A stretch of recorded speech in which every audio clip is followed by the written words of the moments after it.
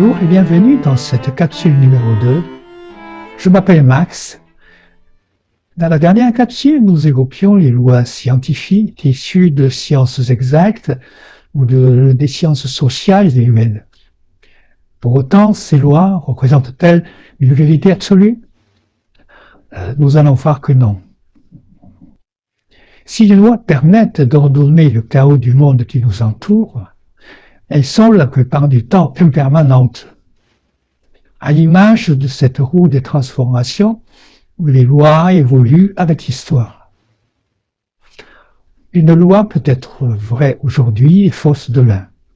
Ainsi, Copernic et Galilée qui, à partir de lois et de savants calculs, proposèrent à leur époque un système différent mettant le soleil au centre du système, furent-ils ignorés jusqu'à ce que l'héliocentrisme devienne la règle, parce que leur théorie était en totale contradiction avec la vision de l'univers à leur époque. D'autre part, admettons qu'une loi peut être fausse et vraie à la fois, à l'image de la dualité onde-particule, qui est un principe selon lequel tous les objets physiques peuvent présenter parfois des propriétés d'onde et parfois des propriétés de corpuscules.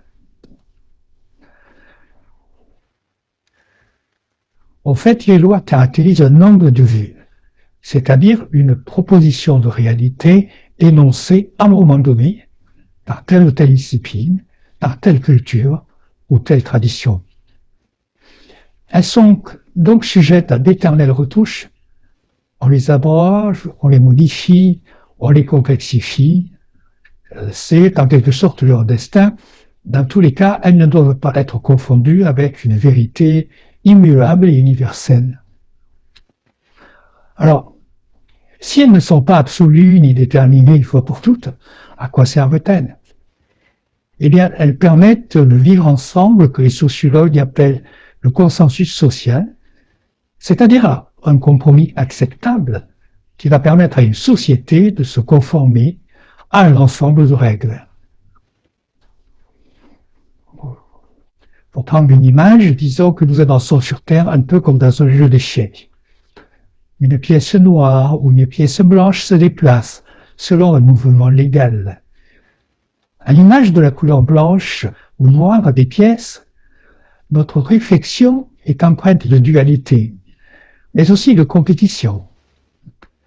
Le but du jeu d'échecs n'est-il pas de capturer le roi de l'adversaire, le roi étant l'un des archétypes du pouvoir masculin? Ce genre de règle positionne la psyché du joueur dans la dualité, d'office. Le noir contre le blanc et inversement. Cette dualité se retrouve dans la vie de tous les jours. Mais il est pas vrai que nous concevons la vie par opposition à la mort, la victoire contre l'échec, l'homme d'un côté et la femme de l'autre, la gauche et la droite, le paradis et l'enfer, le bien et le mal, le vrai et le faux, les bons et les mauvais, les sciences et les parasciences, etc., etc. C'est comme ça que le règne du ou l'emporte sur l'intelligence de liaison qui est celle du et.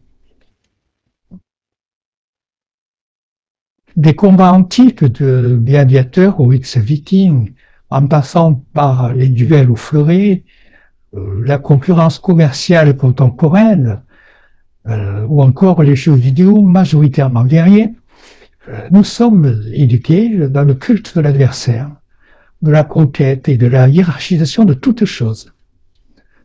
À l'échelle planétaire, cela donne la domination de la nature par l'espèce humaine, avec les conséquences désastreuses que nous connaissons, comme par exemple les élevages intensifs, l'exploitation tous azimuts des forêts et des océans, etc. Ceci fut parfaitement exprimé par le sociologue et philosophe allemand Theodor Adorno. Et alors, c'est expliqué comment c'est la domination de la nature qui a permis de penser et organiser collectivement l'exploitation du travail. Le patriarcat aussi, le racisme, le spécisme et les diverses formes de destruction environnementale. Retenons donc que la dualité qui valorise le ou c'est-à-dire ceci ou cela, affaiblit toujours l'intelligence de la reliance et de la liaison, qui est celle du et ceci et cela. Évidemment, d'autres considérations plus coopératives et moins duelles commencent à se manifester, telles que l'écologie, telles que l'économie circulaire, qui est un modèle de production et de consommation qui consiste à partager, réutiliser, réparer, rénover et recycler les produits et les matériaux existants, ou encore les politiques de coopération internationale. Tout cela sont bien des indices qu'une volonté de coopération existe. Pour autant, rien n'est simple, car existe dans le même temps la tentation de récupérer cette coopération pour la mettre au service d'intérêts privés. Ainsi, la santé de notre espèce se voit-elle phagocytée par une industrie pharmaceutique mondiale dominant les politiques de santé et qui n'a de cesse d'opposer médecine occidentale et orientale, allopathie et homéopathie. De la même façon, la nécessité de sauvegarder l'environnement et la planète, ainsi que l'envie de partenariat se met-elle en taxe subie, en contrôle et en propagande de culpabilisation tous azimuts. Le tout finissant finalement par opposer une partie des humains contre une autre. Et la scission se refait naturellement. On pourrait donc se demander si l'humain est voué à demeurer dans la dualité, en exprimant à la fois un désir de coopération et de reliance, puis se laissant dérober ce désir par quelques minorités privées, prenant des noms différents au fil de l'histoire. Au fait, l'humain est-il la seule espèce sur Terre? Posons-nous cette question dans la prochaine capsule.